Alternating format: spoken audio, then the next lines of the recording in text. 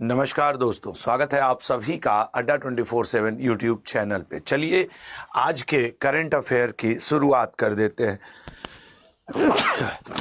और वो get sir, और देखते हैं कि क्या रहेगा अपना थॉट ऑफ द डे। कैसे रहेगा आज आपका थॉट ऑफ द डे, मतलब कि वो कौन सी बातें हैं जो हमें थोड़ा सुबह प्रेरणादायी लगती हैं और प्रेरणा से ज़्यादा बढ़कर हमें काम करने का जो मतलब एक हौसला है वो देती हैं।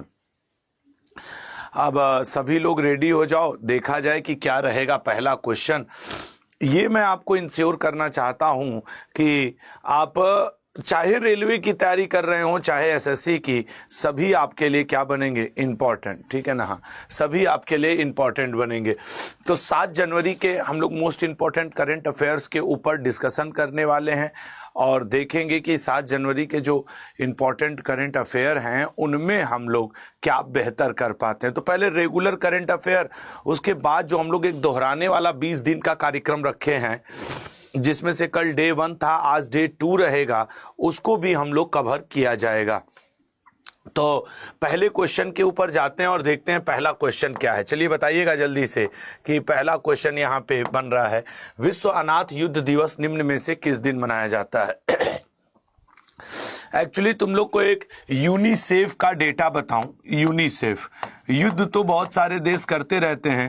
यूनिसेफ ने कहा कि 2015 तक का इसके पास आंकड़ा था कि 2015 तक करीब करीब ईस्वी तक करीब करीब 160 मिलियन बच्चे हैं ऐसे जो कि अनाथ हैं।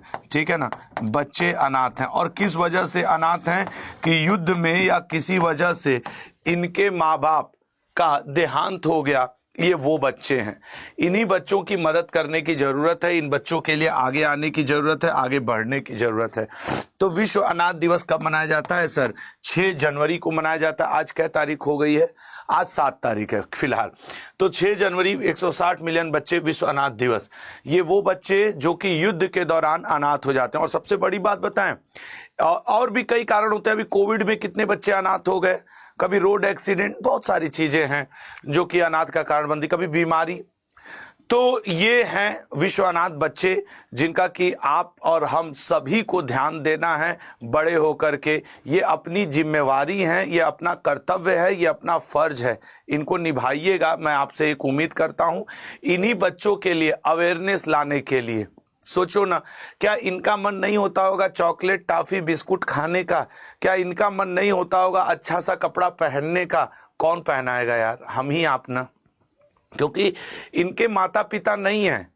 तो यार जिम्मेदारी उठाओ, कहीं भी समाज में कोई भी अनाथ बच्चा दिखे उसकी मदद करो। और इतना तो मुझे अच्छे से पता है, इतना योग्य आप और हम हैं कि इनके टॉफ़ी की ज़रूरत, चॉकलेट की ज़रूरत, एक अच्छी शर्ट की ज़रूरत हम लोग पूरा कर सकते हैं।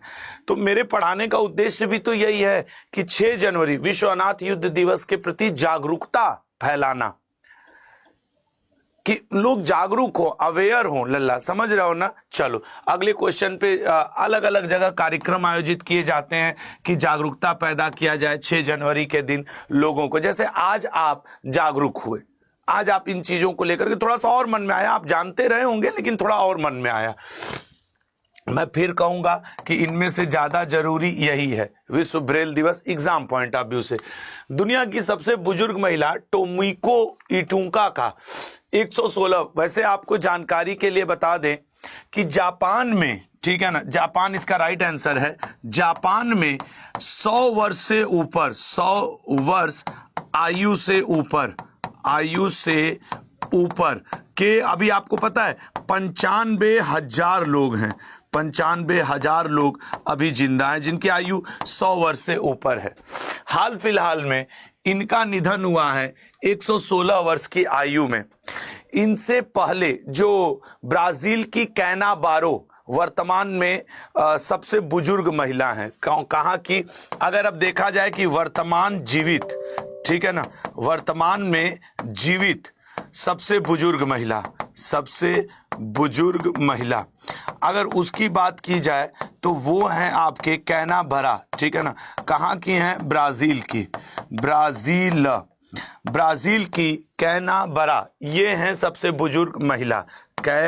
नाबरा, ये है सबसे बुजुर्ग महिला। और लूजी कालमेट, और पूरे विश्व के इतिहास की सबसे बुजुर्ग महिला का नाम है लूजी कालमेट। हालांकि लूजी कालमेट ये 123 वर्ष की एज में इनका देहांत हुआ था, 123 वर्ष आयु में इनका देहांत हुआ था। और ये कहाँ की हैं? तो फ्रांस की थी, ठीक है ना, फ्रांस की थी। और 1997 में डेथ, 1997 में डेथ। तो या तो तुमसे 3 क्वेश्चन पूछ सकता है कि सबसे बुजुर्ग महिला जिनका हाल फिलहाल में निधन हुआ, तो टोमिको इटुका जो कि जापान की हैं, 116 वर्ष आयु में। और जापान में अधिक एज के बहुत सारे लोग हैं। अब किसके नाम पे सबसे बड़ा रिकॉर्ड है जो जीवित हैं और सबसे ज्यादा एज की हैं? वर्तमान में जीवित कैनबरा ब्राजील की हैं। और सर पूरे अगर इतिहास को खंगाला जाए तो सबसे बुजुर्ग महिला जिनकी डेथ हुई उनकी एज रही है लूजी कालमेट। अभी तक इनसे ज्यादा कोई जिंदा नहीं रहा, 123 वर्ष। 1997 में इनकी डेथ हुई, फ्रांस इनका मूल है। तो ये जो 2-3 बातें हैं, इन बातों को याद रखिएगा, आपका काम हो जाएगा। अगले क्वेश्चन पे आएंगे तो बी ऑप्शन सही है इसका, ठीक है ना। ये थी। अच्छा, तुम लोग की जानकारी के लिए बताएं, वो लड़की, वो लड़के, वो बुजुर्ग, वो पुरुष जो कहते हैं मेरी उम्र 40, 50, 30, 26 हो गई, अब मैं ये नहीं करूंगा। 80 वर्ष की उम्र में ये पहाड़ों पे चढ़ के डेली मंदिर जाया करती थी। 80 वर्ष की उम्र में इनके फिट रहने का मतलब बताएगा कि जब तक ये 80 वर्ष की नहीं हो गई पहाड़ों पे जाया करती थी और सारी चीजें। अगले पॉइंट पे आएंगे। निम्न में से किस स्थान पर एशिया का सबसे बड़ा एयर शो का आयोजन किया जाएगा? वैसे आपको बताएं, कर्नाटक के बेंगलुरु में आपके जो इंडियन एयरफोर्स का येलहंका नाम का, ठीक है ना, कर्नाटक के यहाँ, कर्नाटक के बेंगलुरु में येलहंका, ठीक है ना, येलहंका एयरफोर्स स्टेशन पर इसका आयोजन किया जा रहा है। ये इसका 15वां संस्करण है। इस बार ये 15वां संस्करण है। अगर हम लोग 14वें संस्करण की बात करें तो करीब 98 देश के लोगों ने भाग लिया था और 7 लाख से ज्यादा लोगों ने पार्टिसिपेट किया था 14वें संस्करण में।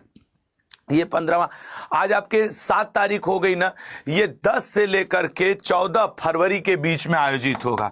10 से लेके 14 फरवरी ये इसके आयोजन का क्रम है, 10 से लेके 14 फरवरी। अगर इंडियन एयरफोर्स की बात की जाए तो रॉयल एयरफोर्स के रूप में अंग्रेजों के समय इसका निर्माण हुआ था, लेकिन अब ये इंडियन एयरफोर्स के रूप में जानी जाती है। रनवे टू बिलियन अपॉर्चुनिटीज, ठीक है ना।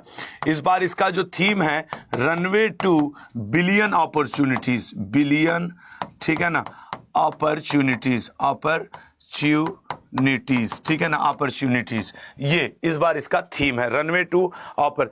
अब सोचो यहाँ पे 15वां संस्करण, तो क्या 15 साल पीछे चले जाएंगे? तो इसका नहीं सर, ये प्रतिवर्ष नहीं होता है। 1996 में पहला संस्करण, 1996 में इसका पहला संस्करण हुआ था, तब से ये आयोजित किया जा रहा है। अब की बार ये 14वां संस्करण है। ये कर्नाटक के बेंगलुरु के येलहंका में इंडियन एयरफोर्स के द्वारा आयोजित किया जा रहा है और उम्मीद की जा रही है कि 100 के आसपास, 100 प्लस देश इस बार इसमें भाग लेंगे।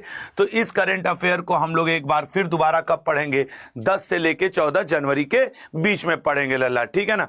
तो 14वां संस्करण भी येलहंका में ही हुआ था, वो अलग की बात है, और उसमें 98 देश भाग लिए थे। तो सी ऑप्शन बेंगलुरु में चलेगा। तो इस तरीके के करतब दिखाए जाएंगे, सभी को देखना अच्छा लगता है। यहां पे फरवरी होगा, ठीक है ना, फरवरी, ठीक है ना, फरवरी, एरो इंडिया 2025। चलिए अगले पॉइंट पे आएंगे। अच्छा, अगर कुछ आयोजन की बात की जाए तो ये कुछ अन्य आयोजन हैं। चलिए नेक्स्ट पे आएंगे। निम्न में से किस शहर को ग्लोबल पावर सिटी इंडेक्स 2024 के अनुसार मिडिल ईस्ट एशिया में, ये पॉइंट ध्यान रखना, मिडिल ईस्ट एशिया में पहला स्थान प्राप्त हुआ है। पूरे मिडिल ईस्ट एशिया की बात कर दें तो पूरे मिडिल ईस्ट एशिया से मात्र एक शहर आपके दुबई है। लेकिन याद रखना, अगर वर्ल्ड लेवल पे देखा जाए तो दुबई का 8वां स्थान है, 8वां स्थान ग्लोबली, ठीक है ना, स्थान है ग्लोबली, ठीक है ना, ग्लोबली। हाँ, मिडिल ईस्ट में इसका पहला स्थान जरूर है।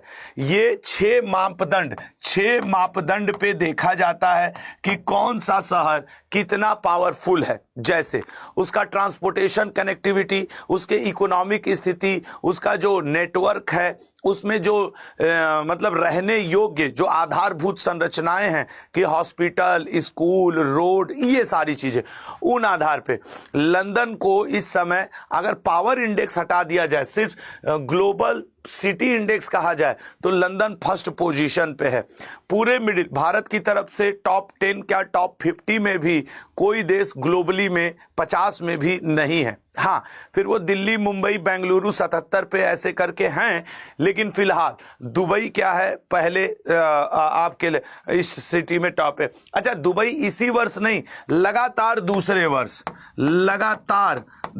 वर्ष दुबई ही है। अच्छा, एक बात आपको और बता दें, ये जो रिपोर्ट है ग्लोबल पावर सिटी इंडेक्स, कभी कभी पेपर में आ जाता है कि इसको जारी कौन करता है, तो जापान की एक संस्था है जिसका नाम है मोरी इंटरनेशनल, ठीक है ना, मोरी इंटरनेशनल ये जारी करती है इस संस्था को, और ये कहाँ की है, जापान की संस्था है। तो मोरी इंटरनेशनल के द्वारा सिटी पावर इंडेक्स जारी किया गया, जिसे जापान ने ये किया है, ठीक है ना। तो इसको थोड़ा सा याद रखिएगा। कमेंट बॉक्स में एक स्टूडेंट लिख रहे हैं कि सर मेरी नानी जी का डेथ 126 साल की एज में हुआ था। लल्ला, हम भारतीय इसी मैटर में तो पीछे रह जाते हैं, विदेशी बुला के गिनीज बुक वर्ल्ड रिकॉर्ड में नाम लिखवा देते हैं, हम लोग ये सब नहीं करते हैं। अगर ऐसे हम लोग के पूर्वजों ने भी किया होता तो साइंस के कई आविष्कार, मैथ के कई चीजें भारतीयों के नाम पे होती, अमेरिका, इंग्लैंड, जर्मनी वालों के नाम पे नहीं होती, ठीक है ना। ठाकुर डीपी जी आपकी बुक पहुंच जाएगी, ठीक है ना, याद रखिएगा। देखो बनारसी पानी यार, वो जो तुम कह रहे हो ना कि मुंबई 48वें पे है, ग्लोबली की बात करना उसमें, मिडिल ईस्ट एशिया की नहीं। और सिटी पावर इंडेक्स दूसरी चीज है, सिटी इंडेक्स दूसरी चीज है, इसको भी ध्यान रखना। तो ये है ग्लोबल पावर सिटी इंडेक्स के अनुसार मिडिल ईस्ट एशिया में दुबई को, और ये भी बात चलो ठीक है, टॉप 10 में तो कोई भी नहीं है, टॉप 20 में भी भारत का कोई नहीं है, टॉप 30 में भी कोई नहीं है, टॉप 40 में भी, हाँ 48 पे इसको लेकर के चल सकते हैं, मतलब मुंबई। हालांकि पूछेगा तुमसे दुबई ही, ठीक है ना, पूछना तुमसे क्या है, दुबई ही, तो उस बात को याद रखिएगा। तो मात्र एक पश्चिम एशियाई शहर टॉप 10 है, 48 क्या ही जाएगा वो। तो अगले पॉइंट पे आएंगे और देखेंगे कि अगला पॉइंट क्या है। आ जाओ यहाँ पे, ये है 67वीं राष्ट्रीय निशानेबाजी चैंपियनशिप का आयोजन कहाँ किया गया। ये इंपॉर्टेंट क्वेश्चन बनेगा, खास करके रेलवे एसएससी वालों के लिए। एक्चुअली इसका आयोजन किया गया नई दिल्ली में भी कर्णी सिंह शूटिंग रेंज, ठीक है ना, कर्णी सिंह शूटिंग रेंज में, और इस कर्णी सिंह शूटिंग रेंज में के इंदिरा गांधी इंडोर स्टेडियम है। अगर आप दिल्ली आए होंगे, सुने होंगे, कई बार नहीं आए होंगे, तो उसमें इसका आयोजन किया गया। और 10 मीटर एयर राइफल में भारत के एयर पिस्टल, ठीक है ना, एयर पिस्टल में भारतीय सेना के वरुण तोमर, ये हैं गोल्ड मेडलिस्ट वरुण तोमर। तो अब आप याद रखिएगा, ये भारतीय सेना से बिलोंग करते हैं और ये हैं गोल्ड मेडलिस्ट। तो ये आपके याद रखने योग्य है कि भारत के इस समय प्रद्युमन सिंह और आकाश भारदाई, प्रद्युमन सिंह नाम के व्यक्ति हैं, ये सिल्वर मेडल विजेता हैं, और आकाश भारदाई, आकाश, ये पी से प्रद्युमन सिंह, आकाश जी जो हैं ये ब्रोंज मेडल और ये सिल्वर मेडल, ठीक है ना, ये सिल्वर मेडल और ये आपके ब्रोंज मेडल विजेता हैं। तो ये भी आपको याद रखना होगा, ब्रोंज मेडल और सिल्वर मेडल। फिलहाल नई दिल्ली में कर्णी सिंह शूटिंग रेंज में इंदिरा गांधी इंडोर स्टेडियम में ये प्रतियोगिता हुई है। तो भारत का 67वां नया जो राष्ट्रीय चैंपियनशिप हुआ, इसमें भारत के सबसे अच्छे निशानेबाज राष्ट्रीय स्तर पे वरुण तोमर हैं, ये बात आप याद रखेंगे, ठीक है ना। तो ये हैं वरुण तोमर जी, जिनका संबंध भारतीय सेना से है, और ये हैं आपके गोल्ड मेडलिस्ट वरुण तोमर। ये नाम जरूर याद हो सकता है, ये क्वेश्चन आपसे पेपर में ऐसे पूछ दे कि वो क्या कहते हैं, वरुण तोमर का संबंध किस खेल से है, या वरुण तोमर को कौन सा मेडल मिला, या फिर पूछ देगा कि नया भारत का राष्ट्रीय चैंपियन कौन बना, तो सबका आंसर एक ही है, वरुण तोमर जी। अगले पॉइंट पे आएंगे, नेक्स्ट देखते हैं। हाल ही में गोल्डन ग्लोब अवार्ड का कौन सा संस्करण, गोल्डन ग्लोब अवार्ड में आज के कुछ दिन पहले हम लोग बड़ा भारत में धूम मचा हुआ था। दो कैटेगरी ऐसा था जिसमें भारत का नाम चल रहा था, लेकिन दुर्भाग्य कि डायरेक्टर वाला भी और गैर अंग्रेजी भाषा पिक्चर श्रेणी में जो एक पायल कपाड़िया की all we imagine as light एक मूवी थी जिसका नाम था all we imagine, all we imagine, ठीक है ना, all we imagine as light, ये पायल कपाड़िया की मूवी थी। और इस मूवी को उम्मीद किया जा रहा था कि ये जो मूवी है ये गैर अंग्रेजी भाषा श्रेणी में बेस्ट मूवी का अवार्ड जीतेगी, लेकिन ये चूक गई। फ्रांस की एक मूवी है, फ्रांस की एमेलिया पेरेज से ये चूक गई। वहीं पायल कपाड़िया को बेस्ट डायरेक्टर के लिए भी नॉमिनेट किया गया था, वो भी अवार्ड भारत चूक गया है, ठीक है ना। तो याद रखिएगा, सर्वश्रेष्ठ मोशन पिक्चर फिल्म गैर अंग्रेजी भाषा की श्रेणी में जो भारत की तरफ से नॉमिनेशन था all we imagine as light, ये चूक गई है और एमेलिया पेरेज को ये दे दिया गया है। फिलहाल ये 82वां संस्करण था जिसका कि गोल्डन ग्लोब अवार्ड पिक्चर के क्षेत्र में, सिनेमा के क्षेत्र में दिया जाने वाला अमेरिका में प्रतिवर्ष आयोजित होने वाला एक बहुत ही प्रतिष्ठित समारोह है, जो कि इस बार अमेरिका के कैलिफोर्निया में हुआ है। याद रखिएगा, इसका 82वां संस्करण है। चूंकि अब भारत की तरफ से नहीं जीता है इसलिए अब पूछेगा नहीं। हाँ, ये पूछ सकता है कि नॉमिनेटेड कौन थी, तो नॉमिनेटेड थी all we imagine as light. लेकिन अगर यही पायल कपाड़िया डायरेक्टर की श्रेणी में या किसी भी श्रेणी में जीत जाती तो फिर आपसे पूछता। फिर भी मैंने आपको सारा जो लिस्ट है कि सहायक अभिनेता, सर्वश्रेष्ठ महिला अभिनेता और सर्वश्रेष्ठ पुरुष अभिनेता, इन सबका नाम दे दिया है। और आपको लगे तो याद करिएगा, वैसे मुझे उम्मीद नहीं है कि अब पूछेगा सिवाय संस्करण के। बहुत पूछा तो संस्करण पूछेगा, लेकिन मैंने पूरी की पूरी, अब इतनी बड़ी लिस्ट है कि इसको मैं क्या ही समझाऊं। और मुझे यह भी पता है कि आप भी इसको नहीं रटने जा रहे हो, ठीक है ना। निम्न में से किस राज्य में शहीद माधो सिंह हाथ खर्चा योजना शुरू किया गया है? एक्चुअली हुआ क्या है कि उड़ीसा के जो मुख्यमंत्री हैं मोहन चरण मांझी जी, उड़ीसा है ना, हाँ, उड़ीसा के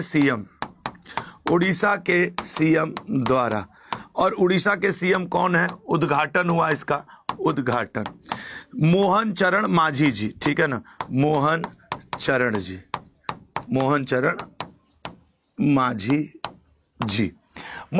मांझी जी ने ये एक नया आदिवासी छात्रों के लिए, होता क्या है कि उड़ीसा सरकार ने ये योजना, क्या है समझो, उड़ीसा सरकार ने ये देखा कि 7वीं 8वीं तक चूंकि एजुकेशन को सरकारी स्कूलों में लगभग फ्री है तो थोड़ा बहुत बच्चे पढ़ ले रहे हैं, लेकिन खास करके क्लास 9th और 11th में जो आदिवासी समुदाय के छात्र छात्राएं हैं, आदिवासी छात्र, वो अपनी पढ़ाई छोड़ दे रहे हैं, वो उसको कंटिन्यू नहीं कर पा रहे हैं। पैसे की कमी से ही होगा, क्योंकि पैसा लगता है एजुकेशन में।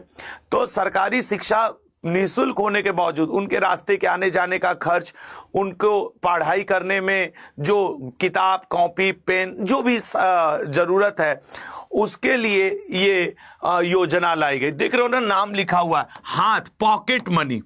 जैसे हम सभी को एक पॉकेट मनी का वो रहता है कि भैया कुछ तो पॉकेट मनी मिले, तो इसके लिए 5000 छात्रों को कर दे, आदिवासी छात्रों को 5000 रुपया दिया जाएगा, ठीक है ना, मिलेगा।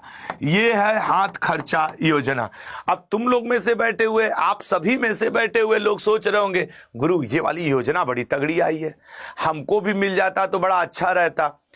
अब तुम्हारे राज्य के, आपके राज्य के मुख्यमंत्री कर दें तो बड़ी अच्छी बात है, ना करें तो अब हम क्या करें भाई, ठीक है ना। वैसे ऑलमोस्ट हर, तो ये वो बातें होती ना, जैसे ये योजना तुम जान गए, अब कभी भी तुम्हारे पेपर में आवे, तुम बता दोगे कि हाथ खर्चा योजना है क्या, किस राज्य ने लाया है, किस क्लास के बच्चे कवर होंगे, यही सब पीसीएस के पेपर में पूछ देता है 3-3, 4-4 लाइन में, ठीक है ना।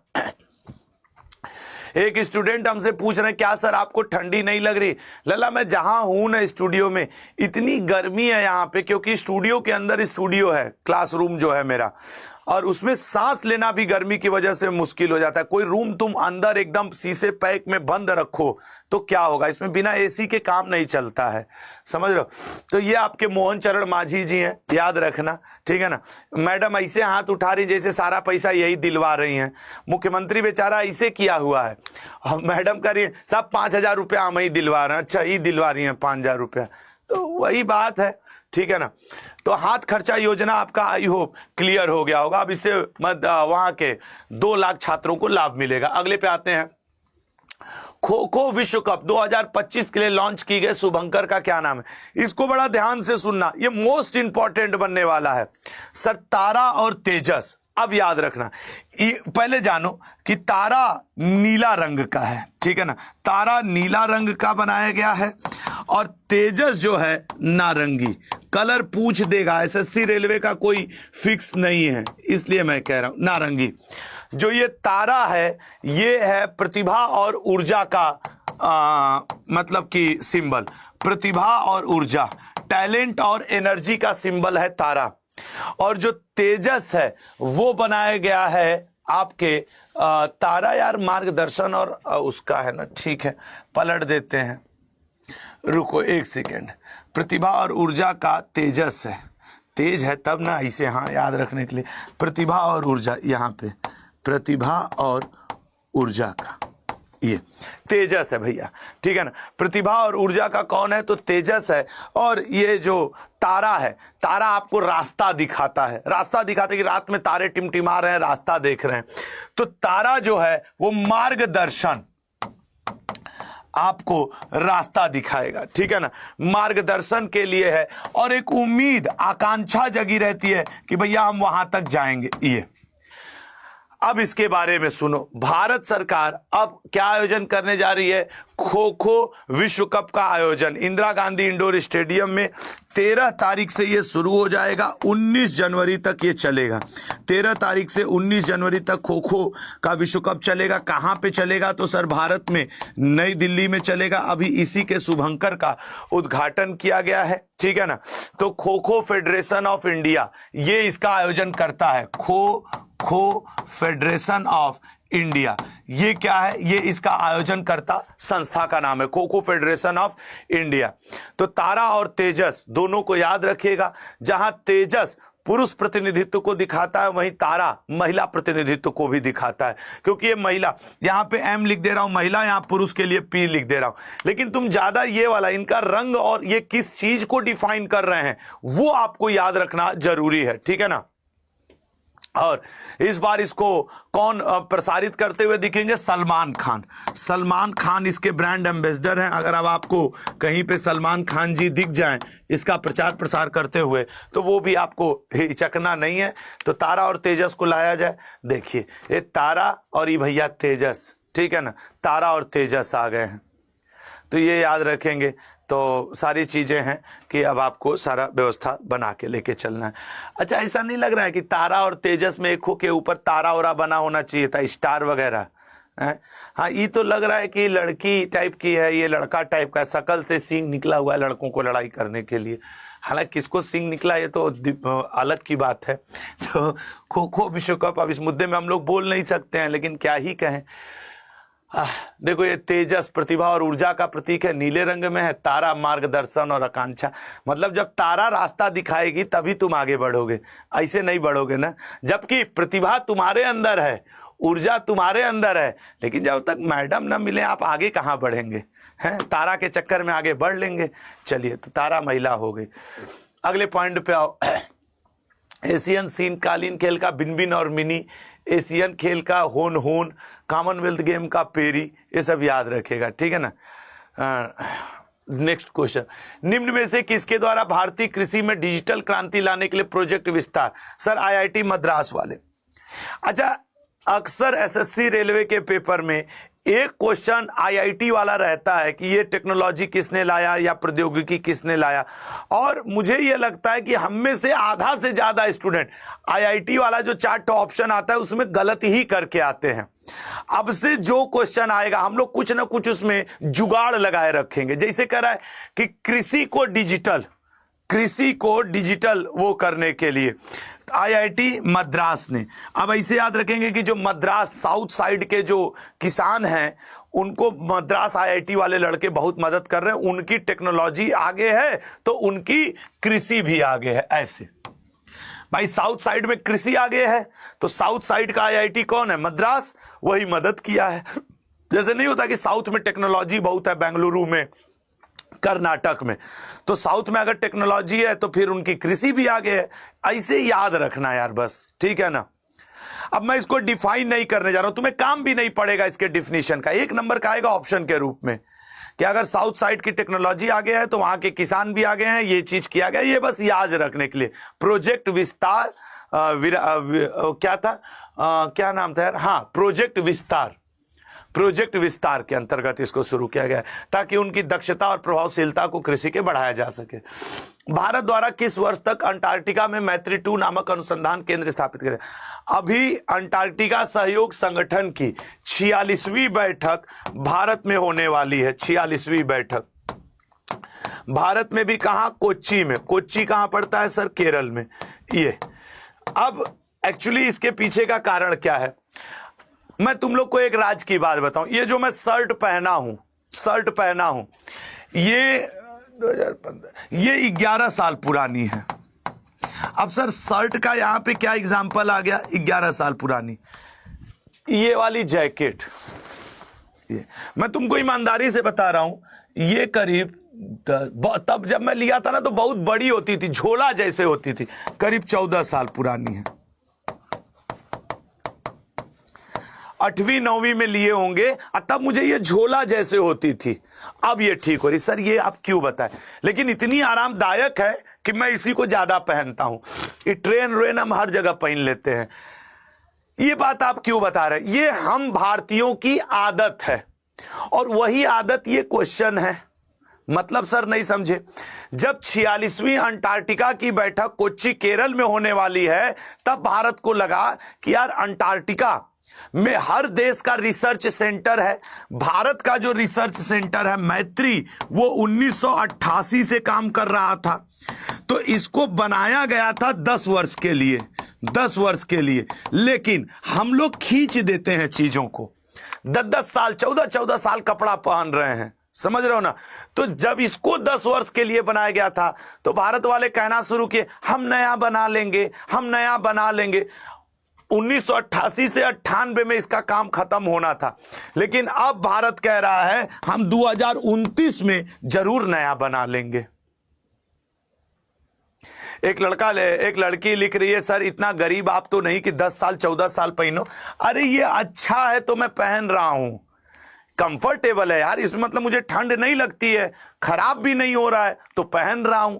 बात गरीबी की नहीं है। अगर कोई चीज अच्छी है तो उसका उपयोग करना चाहिए। मतलब अपने पुराने चीजों को छोड़ दो, ठीक है, वो अच्छा है यार, तो मुझे अच्छा लगता है। 10 वर्ष के लिए ये, तो 2029 में ये करेगा। ये एग्जाम्पल मैंने इसीलिए, हम भारत के लोग जुगाड़ू हैं।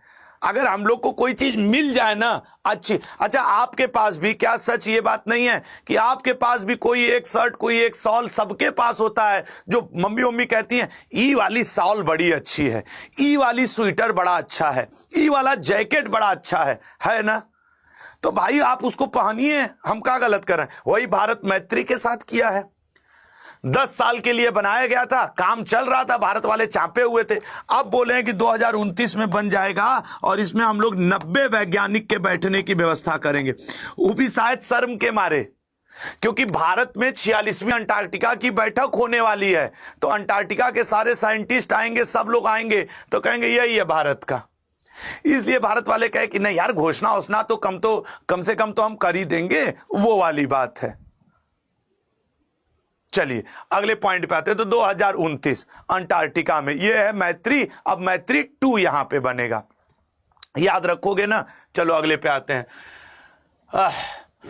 भारत का पहला, अब देखो दक्षिण गंगोत्री ये जो है ये अब काम में नहीं है। यही मैत्री 1988 में बना, 89 से काम शुरू, ठीक है ना, काम शुरू, और 10 वर्ष के लिए बना था। अब ये भी खत्म हो जाएगा, 2029 में नया बन जाएगा, और भारतीय 2012 में बना हुआ है, ठीक है। तो ये भी 1989 से लॉन्च हुआ था, 88 में बन के तैयार हुआ था। यहाँ 1988 भी लिख दे रहा हूं, यहाँ पे तैयार हुआ था लेकिन काम या लॉन्च हुआ था 1989 में। हाल ही में 19 लोगों को प्रेसिडेंशियल मेडल ऑफ फ्रीडम से सम्मानित किया गया। यह किस देश, देखो ये अमेरिका के राष्ट्रपति के हाथों से दिया जाता है। 1945 में इसे शुरू किया गया था। फिर 1963 के समय जब अमेरिका के राष्ट्रपति जॉन एफ कैनेडी हुआ करते थे, तब इस पुरस्कार का नाम बदल करके प्रेसिडेंशियल मेडल ऑफ फ्रीडम कर दिया गया है। ये उन व्यक्तियों को दिया जाता है जो मानवता, इंसानियत, समाज के प्रति अच्छा कार्य करते हैं या मानवता में खुशी लाने का कार्य करते हैं। जैसे लियोनेल मेसी जो फुटबॉलर है, वो कई, फुटबॉल विश्व का सबसे चर्चित गेम है, कई लोगों के चेहरे पे हंसी लाता है। जैसे हम लोगों के देश में एक समय सचिन तेंदुलकर जी सन 2000 के दशक में जब कारगिल युद्ध भी चल रहा था और जब पाकिस्तान को हमारी भारतीय टीम हरा देती थी तो हम लोग के चेहरे पे खुशी आती थी। ऐसे लोग जो मानवता को हंसाते हैं, खुश रखते हैं अपने सहयोग से, सिर्फ खेल के ही माध्यम से नहीं, कला से, संगीत से, कई चीज उनको, तो ये अमेरिका देता है। तो अमेरिका के राष्ट्रपति जो बाइडन वर्तमान में 46वें राष्ट्रपति हैं, 47वें डोनाल्ड ट्रंप बनेंगे। जो बाइडन ने 19 लोगों को प्रेसिडेंशियल मेडल ऑफ फ्रीडम से सम्मानित किया है, ठीक है ना, प्रेसिडेंशियल मेडल ऑफ फ्रीडम से कभी कभी जो बाइडन रोबोट टाइप का नहीं लगता इसे करके, कहीं कहीं तुम लोग देखे होगे। तो फिलहाल 19 लोगों को किया गया है सम्मानित, ये बात आप याद रखिएगा, ठीक है ना। तो ये आप लोग थोड़ा सा ध्यान रखेंगे। बस अब इसमें क्या बताना है, 19 लोग का नाम पूछेगा नहीं, कहें कोनो भारतीय को तो मिला नहीं है, तो इसलिए बस ठीक है, हो गया। अगले पे आते हैं, निम्न में से किस राज्य में आदिवासी मेला भगवान बिरसा मुंडा जी के सम्मान में उनके लिए एक समर्पित गैलरी के साथ शुरू हो रहा है? उड़ीसा में आपके आदिवासी मेला भुवनेश्वर में। ये 5 तारीख से शुरू होकर के 15 तारीख तक चलेगा। अभी चल रहा है, भुवनेश्वर में है तो आप जाइए, भाग लीजिए। 5 तारीख से लेके 15।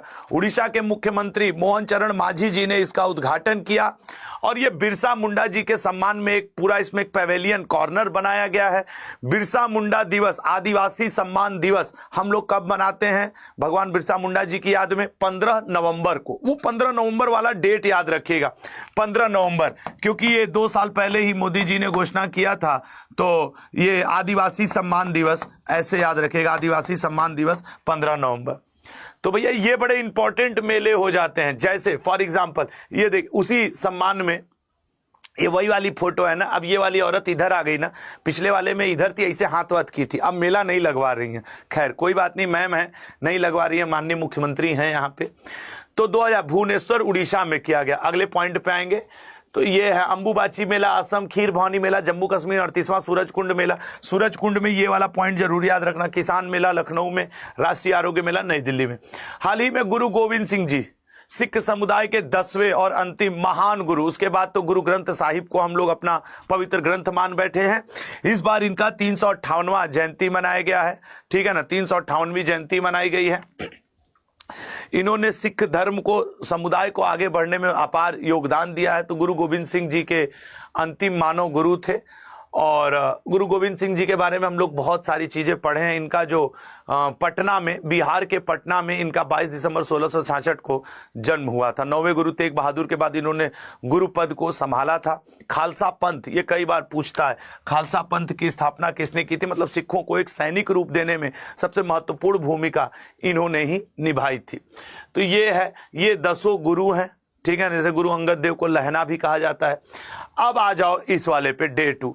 मैं डेली आपसे कह रहा हूं कि डे 1 में ये देखो ये चल कैसे रहा है। जैसे जनवरी, अब जनवरी का हमने 1, 2, 3 दिन में हम जनवरी खत्म करेंगे। डे 1 इसका हो चुका है, आज डे 2 है और ये जनवरी 2024 है। ऐसे ही फिर फरवरी, मार्च, 3-3 दिन करके जब हम लोग 26 जनवरी तक पहुंचेंगे, मुझे उम्मीद है कि मैं आपको 1 साल का करंट अफेयर 30 इंपॉर्टेंट क्वेश्चन करके दोहरवा चुका रहूंगा। तो मैं आपसे रिक्वेस्ट करता हूं कि मात्र 26 जनवरी तक 26 या 30 मैक्सिमम मान के चलो 30 जनवरी तक साथ देना। शुरू करें डे 2। अब ये जनवरी 2024 सोचो 12-14 महीने का करंट अफेयर पढ़ के अपना तुम जीडी और एनटीपीसी देने जाओगे, ठीक है ना। चलो शुरू करते हैं लल्ला। और यार एक बार अगर हो सके, ठीक है ना, तो चैनल सब्सक्राइब जरूर कर लेना अगर आपको मेरी सुबह शाम की मेहनत दिख रही हो कि नहीं गुरु आप लगे हो, कोशिश तो अपने हिस्से कर रहे हो। तो जो नए स्टूडेंट हो चैनल सब्सक्राइब। वैश्विक स्तर पर भारत सबसे अधिक मोबाइल उत्पादन करने वाला कौन सा देश बन गया है? सर बी ऑप्शन दूसरा। हाल ही में आयोजित ऑस्कर अवार्ड में किस देश ने पहली बार ऑस्कर जीता है? ये इंपॉर्टेंट बनेगा, तुम खुद देख लो। तो किसने जीता है? यूक्रेन ने।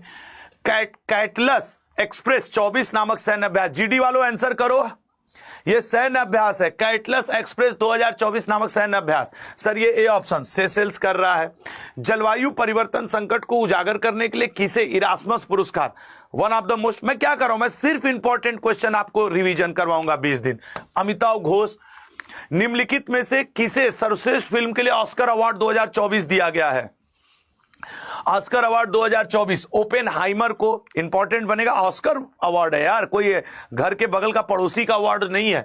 71वीं मिस वर्ल्ड का आयोजन भारत में किया गया, ये किसने जीता? तो 71वीं मिस वर्ल्ड क्रिस्टीना प्लिस्कोवा ने, ये 71वां है, ये भी याद रखना, ठीक है। भारत के पहले इंडोर एथलेटिक्स सेंटर, आप हर क्वेश्चन पे निगाह डालो कि क्या इस क्वेश्चन को एग्जाम में पूछने योग्य है, मेरे कंटेंट को चेक जरूर किया करो। ए ऑप्शन उड़ीसा में। निम्न में से किसे भारतीय पैरा ओलंपिक समिति का अध्यक्ष बनाया गया है? भारतीय पैरा ओलंपिक समिति के अध्यक्ष देवेंद्र झाझरिया जी। निम्न में से किसे 2024 के लिए प्रित्जर पुरस्कार से सम्मानित किया गया है? बस 5 मिनट और है, फिर चले जाना। प्रित्जर पुरस्कार रिकेन यामामोटो।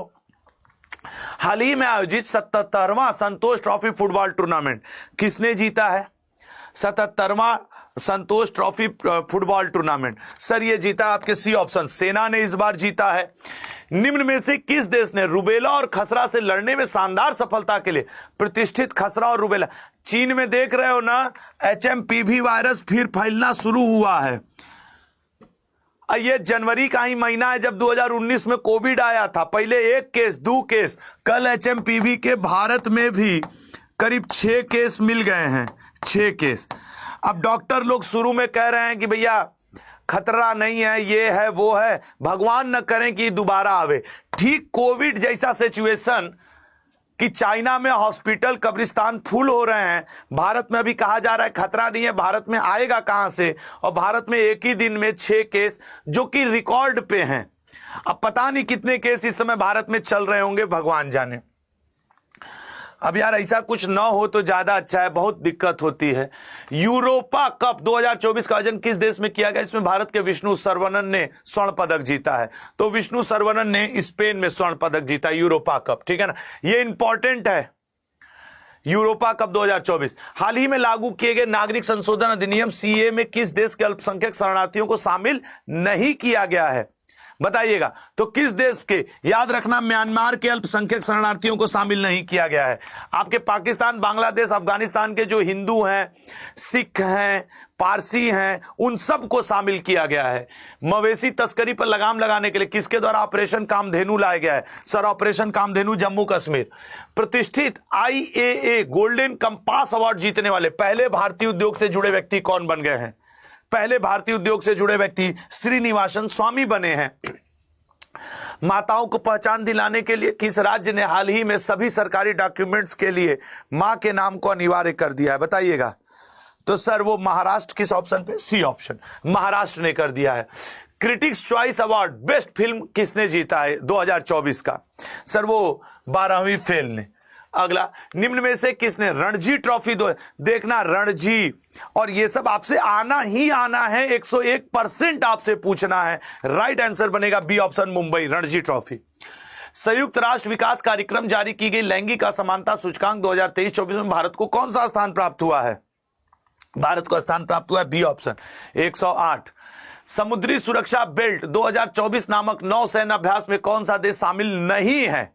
बताओ कौन सा देश शामिल नहीं है? तो लल्ला कौन सा, अरे यार कौन सा देश शामिल नहीं है? आपके रूस शामिल नहीं है। इजराइल वार डायरी नामक किताब, इस समय इजराइल और फिलिस्तीन वाला जो मुद्दा चल रहा है सबसे ज्यादा चर्चित यही है सर। बी ऑप्शन विशाल पांडे। निम्न में से किस राज्य ने युवाओं के उत्थान के लिए स्वामी विवेकानंद युवा सुरक्षा योजना शुरू किया है? तो स्वामी विवेकानंद युवा सुरक्षा योजना महाराष्ट्र ने। समय वितरण प्रणाली लागू करने वाला पहला देश कौन बन गया है? भाई जितने लोग, अगर आप नए हैं तो गुरु दक्षिणा हमको इतना ही सुबह उठने की मेहनताना दिया करो, चैनल सब्सक्राइब और लाइक कर लिया करो, बाकी आपसे कुछ रिक्वेस्ट नहीं है और वो फ्री है यार, इसलिए कह पा रहा हूं। आपसे 1 रुपया लगाने के लिए नहीं कह रहा हूं, बस ये कह रहा हूं लाइक कर दोगे ना तो देखता हूं तो उत्साह बढ़ता है कि अगले दिन फिर जगना है। नहीं रजाई कंबल छोड़ने में ना लगता है बाप कौन छोड़े, ठीक है। तो प्लीज मेरे दोस्तों जो लोग नए हैं चैनल सब्सक्राइब करिएगा। और निम्न में से कौन सा भारतीय शहर एशिया की अरबपति राजधानी बन गया? सबसे ज्यादा अरबपति यहीं पे हैं सर। एशिया की अरबपति राजधानी मुंबई। दिव्यांग व्यक्तियों को चुनाव में मदद करने के लिए भारतीय चुनाव आयोग ने कौन से एप्लीकेशन को लॉन्च किया है? बताइएगा। तो कौन से एप्लीकेशन को लॉन्च किया है? सक्षम नामक एप्लीकेशन को लॉन्च किया है, ठीक है ना। अगला पॉइंट, निम्न में से किसे एयरलाइन ऑफ द ईयर 2024 का अवार्ड दिया गया है? Airline of the year 2024 sir A option Indigo airline. प्रधानमंत्री नरेंद्र मोदी भूटान का सर्वोच्च नागरिक सम्मान पाने वाले कौन से नेता बन गए? पहले बने हैं, इनसे पहले किसी नेता को नहीं दिया गया है। अगला, फिल इन द ब्लैंक्स और जेम्स बायस को पहले वैश्विक असमानता। अब सोचो ये अवार्ड हम लोग को ध्यान भी नहीं होगा, जितने लोग लाइव हो या बाद में देख रहे हो उनको ध्यान आ जाएगा। सम्मानित किया गया सर, राइट आंसर है सी ऑप्शन बीना अग्रवाल। ये डेली सुबह 8 बजे आपकी क्लास चलती है। आज हम मुगल पार्ट 2, आज 7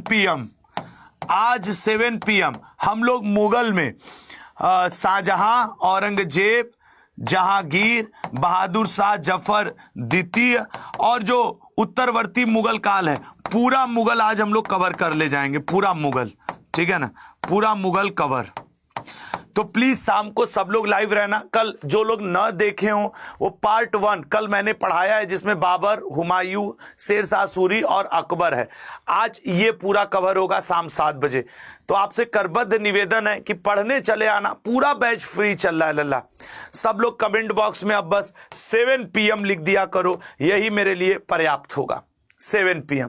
तो प्लीज और प्लीज मेरे दोस्त, एक तो फ्री का लाइक होता है, ऐसे अंगूठा उठा के लाइक कर दोगे, उत्साह बढ़ता है। दूसरा 7 बजे जरूर रहना। पहले मैं टॉपिक वाइज थोड़ा देर थियरी इसका पॉइंटर बताऊंगा और उसके बाद उसी क्लास में पिछले 10 वर्ष के पेपर के आधार पर रेलवे और SSC के मैं प्रैक्टिस करवाऊंगा। आपका पेपर चाहे GD हो चाहे NTPC, इतिहास नहीं बदलता, इस बात को याद रखना। तो रहेंगे ना सब लोग कमेंट आज के क्लास में 7 बजे? वचन दो कि हाँ सर रहेंगे। और मैं आपको वचन देता हूं पूरी एनर्जी के साथ लगूंगा आपके इस सेशन में, पूरी एनर्जी, जितना भी मेरे अंदर एनर्जी होगा आपको शाम 7 बजे पढ़ाने में लगूंगा। तो यार एक काम किया करो ना, ये जो लगा रहता है सेशन, उस सेशन को जाके एक बार लाइक जरूर कर दिया करो, ठीक है। उस सेशन को एक बार जाके लाइक जरूर कर दिया करो ताकि आपका जो मुझे भी लगे कि हाँ यार ठीक चल रहा है। ये देखो SSC अड्डा पे गए, ये मेरा सेशन शाम 7 बजे लगा होगा, आई होप ये लगा है ना। तो एक बार जाकर के प्लीज और प्लीज इस सेशन को लाइक कर देना। देखो अभी मात्र 55 है, आप लाइक कर दोगे टाइम पे, या तो यहां पे आता है नोटिफाई मी कर लिया करो। और इसी सेशन के नीचे आप लोगों के लिए डेली क्विज का ऐप लिंक फ्री दिया हुआ है। डेली टेस्ट का मोबाइल से आप देना चाहते हैं तो यहां पे टेस्ट दीजिए GD और रेलवे का। डेली 5 लैपटॉप से टेस्ट देना चाहते हैं तो ये है टेलीग्राम लिंक, ये है। तो अड्डा आपके लिए कामयाब बैच जो शाम 7 बजे चला रहा है उसमें आपके लिए क्विज फ्री है, टॉपिक वाइज जो मैं पढ़ा रहा हूं उसका प्रीवियस ईयर के आधार पे। डेली आपके लिए टेस्ट सीरीज फ्री है। हम लोग थियरी प्लस MCQ पढ़ा रहे हैं। किसी पेड बैच की कोई जरूरत नहीं है, सिर्फ आप इस कामयाब बैच के साथ जुड़े जो डेली शाम 7 बजे चल रहा है, ठीक है ना। ये पूरा एक शेड्यूल है 6 बजे से लेकर 10 बजे तक का। मैं GS उसमें 7 बजे पढ़ाता हूं, ठीक है ना। तो जुड़िएगा। और किसी भी मेरे लेक्चर के नीचे ये लिंक लगे हुए हैं। कई लोग कहते हैं सर सुबह 10 बजे ये टेस्ट होता है, जाके दो ना ये टेस्ट। देखो ना, लिखा है ना लाइव टेस्ट 5, क्योंकि 5वां दिन है। तुम इसके ऊपर जाओगे और क्लिक मार दोगे तो तुम्हारा टेस्ट ओपन होने लगेगा, ठीक है ना। ये सब देखो, सुबह 10 बजे टेस्ट शुरू हो जाएगा, इसका विंडो क्लोज 11:55 पे हो जाएगा, रिजल्ट आपको 6 बजे अगले दिन सुबह बता दिया जाएगा और डिटेल बता दिया जाएगा। अब बताओ क्या करे आदमी। टेस्ट का ड्यूरेशन, अब सुबह 10 बजे तुम चाहो तो जाके टेस्ट दे सकते हो, फ्री है, अपने आप को तुम आंक सकते हो, ये मैं आपको लिख रहा हूं, ठीक है ना। तो करना मेरे भाई, मेरे दोस्त। एक लड़का लिखे, श्री नाम की लड़की लिखी, सर पीडीएफ गलत लगा है। आज मैं चेक करता हूं, पीडीएफ अगर गलत लगा होगा तो मैं आज बात करूंगा इस मुद्दे पे। कौन सा पीडीएफ गलत लगा है? कल वाला? रुको, कल वाला पीडीएफ गलत लगा है, मैं अभी जाता हूं लाइव में, जरा चेक करूं मैं। ये तो ये वाला है जो मैं कल पढ़ा दिया हूं, उसकी बात हो रही होगी। ये कल मैंने पढ़ाया था, इसकी पीडीएफ चलो चेक कर लेते हैं। जब कह रहे हो तो आज चेक होगा, पता चलना चाहिए। इसका कहाँ है डेली क्विज, डेली क्लास? अभी तो खैर इसकी पीडीएफ ही नहीं लगी है, ये इसकी पीडीएफ अभी नहीं लगी है। आते हैं, देखते हैं कि और किस, ये वाला क्या है, प्लेलिस्ट पीडीएफ लिंक। ये प्लेलिस्ट पीडीएफ लिंक है। और कोई लेक्चर, संविधान के प्रमुख अनुच्छेद, ये तो मैंने सही खुद करवाया था। संपूर्ण सल्तनत काल, ये भी सही होगा। ऑल इंडिया मॉक, आओ जरा ऑल इंडिया मॉक का पीडीएफ चेक करें, लगा है कि नहीं ऑल इंडिया मॉक का पीडीएफ। तो डेली क्लास पीडीएफ चेक करना चाहिए मुझे। हाँ लगा है, करेक्ट है, यही मैंने पढ़ाया था। और ये सारे 8 सेट हैं, ये लगा है। हाँ ठीक है, ये हो गया। इसी तरीके से सारे आई होप कि आपके लगे होंगे। कोई एकाक अगर लगा होगा गलत, गलत तो नहीं लगा है, लेकिन आपकी ये बात बहुत जाहिर है कि पीडीएफ रात में ही लग जानी चाहिए, लग जाएगी। जैसे कल रात को जब मैंने मुगल पार्ट 2 पढ़ाया तो मुगल पार्ट 1 तो उसकी पीडीएफ होनी चाहिए थी, वो आज लग जाएगी, निश्चिंत रहना, ठीक है ना। मैं अभी क्लास के बाद उसको कर दे रहा हूं। तो जय हिंद, जय भारत। आज शाम 7 बजे हम लोग का कौन सा लेक्चर है? तो सर आज शाम 7 बजे हम लोग का जो लेक्चर है मेरे भाई, वो है ये, यहां पे आपको रहना है, संपूर्ण मुगल काल, ये है आज का लेक्चर, ये ठीक है ना। ये यहां पे आएंगे सब लोग, मिलोगे ना, थियरी प्लस एमसीक्यू आज शाम 7 बजे। जय हिंद, जय भारत।